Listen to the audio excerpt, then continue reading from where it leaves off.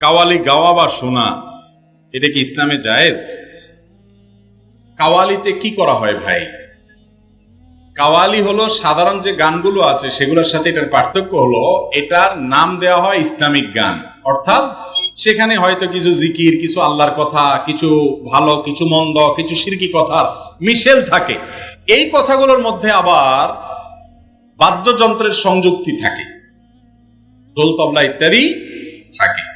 এই কাওয়ালিগুলো অনেক সময় গজলও আছে এই নামে, হয়তো কথামালার ভিতরে খারাপ কিছু আছে বা নাই, কিন্তু তার সাথে বাদ্যযন্ত্রে কি আছে? সংমিশ্রণ আছে।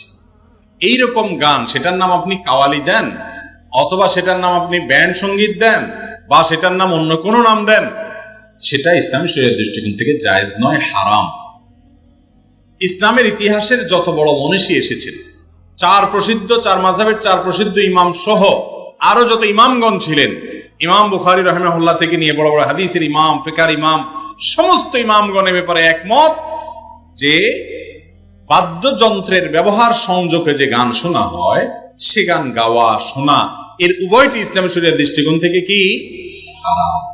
এই হারাম কাজটাকে শয়তান আমাদের অনেক মুসলমান ভাইদের কাছে হালাল করে বিভিন্ন ফ্লেভার দিয়া, বিভিন্ন ফোঁড়া যুক্তি দিয়া। তার ভিতরে একটা হলো এই কাওয়ালি। বলে যে আল্লাহর কথাই তো বলে, জিকিরই তো করে, জিকিরের তালে তালে শুধু একটু নাচে আর গায়, একটু পাগলামি মাতলামি করে। এই তো ভাইরা আমার, যদি কাওয়ালি গাওয়া, কাওয়ালি শোনাটা ইবাদত হতো, তাহলে মুহাম্মদুর রাসূলুল্লাহ সাল্লাল্লাহু আলাইহি সাল্লাম কাওয়ালি গাইতেন, কাওয়ালি করতেন, ঠিক না ঠিক? দিন কোন জোশের নাম না যে কাওয়ালি শুনতে শুনতে আমার ভিতরে একটা ভাব চলে আসে, আমার ভিতরে একটা জোশ চলে আসে, একটা অবস্থা তৈরি হয়। এই হাল তৈরির নাম না দিন। দিন হলো কোরআন এবং হাদিসকে অনুসরণ করার নাম। আল্লাহ কি বলেছেন, তার রাসূল সাল্লাল্লাহু আলাইহি সাল্লাম কিভাবে করতে বলেছেন, কিভাবে করেছেন, এটা মানার নাম হলো কি ইসলাম। তো এই যে কাওয়ালিতে বাদ্যযন্ত্রের ব্যবহার, এটাকে আমাদের অনেক ভাইরা হালাল মনে করেন, অনেক মুসলমান ভাইরা জায়েজ মনে করেন। অথচ সূরা লোকমান আয়াত নম্বর 6, এটার তাফসীরটা একটু খোলেন, তাফসীর ইবনে কাসির সহ প্রসিদ্ধ তাফসীরগুলো খোলেন। বড় বড় প্রসিদ্ধ সাহাবী আব্দুল্লাহ ইবনে মাসউদ, ইবনে আব্বাস রাদিয়াল্লাহু তাআলা সহ সিনিয়র সাহাবী, যারা রাসূল আকরাম সাল্লাল্লাহু আলাইহি সাল্লাম থেকে কোরআন সবচেয়ে ভালো বোঝেন বলে সার্টিফিকেট প্রাপ্ত, দোয়া প্রাপ্ত, সেই সাহাবীরা এই আয়াতের ব্যাখ্যা বলেছেন। এখানে আল্লাহ রাব্বুল আলামিন লাহওয়াল হাদিস বলতে যেটাকে নিন্দাবাদ করেছেন, যেটার ভৎসনা করেছেন, সেটা হলো এই গান, যেটাকে আমরা বাদ্যযন্ত্র সংযোগে শুনে থাকি, অথবা যেটার কথামালার ভিতরে হারাম বা খারাপ কোনো কিছু থাকে, এই গানের কথা আল্লাহ তাআলা বলেছেন। নবী করিম সাল্লাল্লাহু আলাইহি সাল্লামের বিভিন্ন হাদিস ক্ষেত্রে আছে, বুইস্তু লিআকসিরিল মাযামির আও বুইস্তু ফি কাসরিল মাযামির। বাদ্যযন্ত্রের এটা সমাজ থেকে দূর করার জন্য, এটাকে হারাম, এটা বোঝাবার জন্য নবী সাল্লাল্লাহু আলাইহি সাল্লাম দুনিয়াতে এসেছেন। সহিহ বুখারীর হাদিস, তিনি বলেছেন লা ইয়াতিয়ান্না আকওয়ামুন, একটা সময় আসবে যে সমাজে কিছু মানুষ বের হবে, ইস্তাহিল্লুনাল হিররা ওয়াল হারির ওয়াল খামরা ওয়াল মাআজিফ, চারটা হারাম জিনিসকে হালাল মনে করবে। তার একটা হলো জিনা। এখন নাম হয়েছে রিলেশন, রিলেশনের নাম হয়েছে জি, রিলেশনের নামে জিনা হালাল। এটা অনেক মানুষ এটাকে দোষণীয় মনে করে না, অনেক মানুষ এটাকে হারাম মনে করে না, কিয়ামতের আলামত। এবং মাদক, এটা একসময় আস্তে আস্তে ইজি হতে হতে মানুষের কাছে এটা পানির মতো হয়ে যাবে। এবং আপনার মাআজিফ, বাদ্যযন্ত্র, এবং রেশমের ব্যবহার পুরুষের জন্য, রেশমের কাপড়, সিল্কের, পিওর সিল্কের কাপড়, এগুলো হারাম। এই যে বাদ্যযন্ত্র, নবী সাল্লাল্লাহু আলাইহি সাল্লাম বলেছেন এটা হারাম, অথচ এটাকে মানুষ হালাল মনে করবে একটা সময়। তার মানে কি? তার মানে শরীয়তে হারাম। অন্য একটা হাদিস মাওকুফ সূত্রে বিশুদ্ধভাবে বর্ণিত আব্দুল্লাহ ইবনে মাসউদ রাদিয়াল্লাহু তাআলা থেকে, তিনি বলেছেন আল গিনা ইউমবিতুন নিফাকা ফিল কলব কামা ইউমবিতুল মাউ আয-যারআ।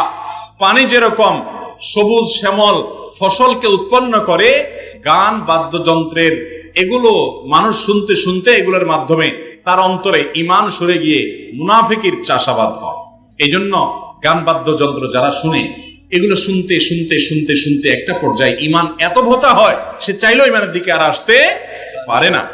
এভাবে নবী করিম সাল্লাল্লাহু আলাইহি সাল্লামের অসংখ্য হাদিস আছে, যে হাদিসগুলোকে একত্র করলে দেখা যায় যে বাদ্যযন্ত্রের ব্যবহার জায়েজ নয়। অতএব কাওয়ালি বা অন্য কোনো নামে, সামান নামে যদি কোনো গান গাওয়া হয়, সে গানের কথামালাতে যাই থাকুক, বাদ্যযন্ত্রের সংযুক্তি হলে সেটা জায়েজ হবে না। আর বেশিরভাগ কাওয়ালি, সামা, এগুলাতে এমন সব কথামালা থাকে যেগুলো আল্লাহর শানে যায় না, শিরকপূর্ণ কথা। সবচেয়ে বড় বিষয় হলো যারা এগুলো গায়ে করে তাদের ব্যক্তি জীবনে ইসলামের কোনো সিটা ফোটাও সচরাচর দেখা যায় না। এগুলোর ইসলামের নেক্সুরতে ধোকা। নেক্সুরতে কিরে ভাই ধোকা। আপনি মুসলমান, আপনি ইত্তেবা করবেন কোরআন এবং হাদিসের, আপনি ইত্তেবা করবেন আল্লাহ এবং তার রাসূলের। তাদের মধ্যে এগুলো ছিল কিনা নাই, তাহলে এটা আপনার কাছে ইবাদত হতে পারে না, এটা হারাম যদি সেখানে বাদ্যযন্ত্রের ব্যবহার থেকে থাকে। কিয়ামতের আগে সবচেয়ে বড় ভয়ের বিষয় হলো হারামটাকে হালাল মনে করা। হারামটাকে কি মনে করা ভাই? একজনে গান শুনে, সে জানে এটা হারাম, সে মিউজিক শুনে, সে জানে এটা হারাম।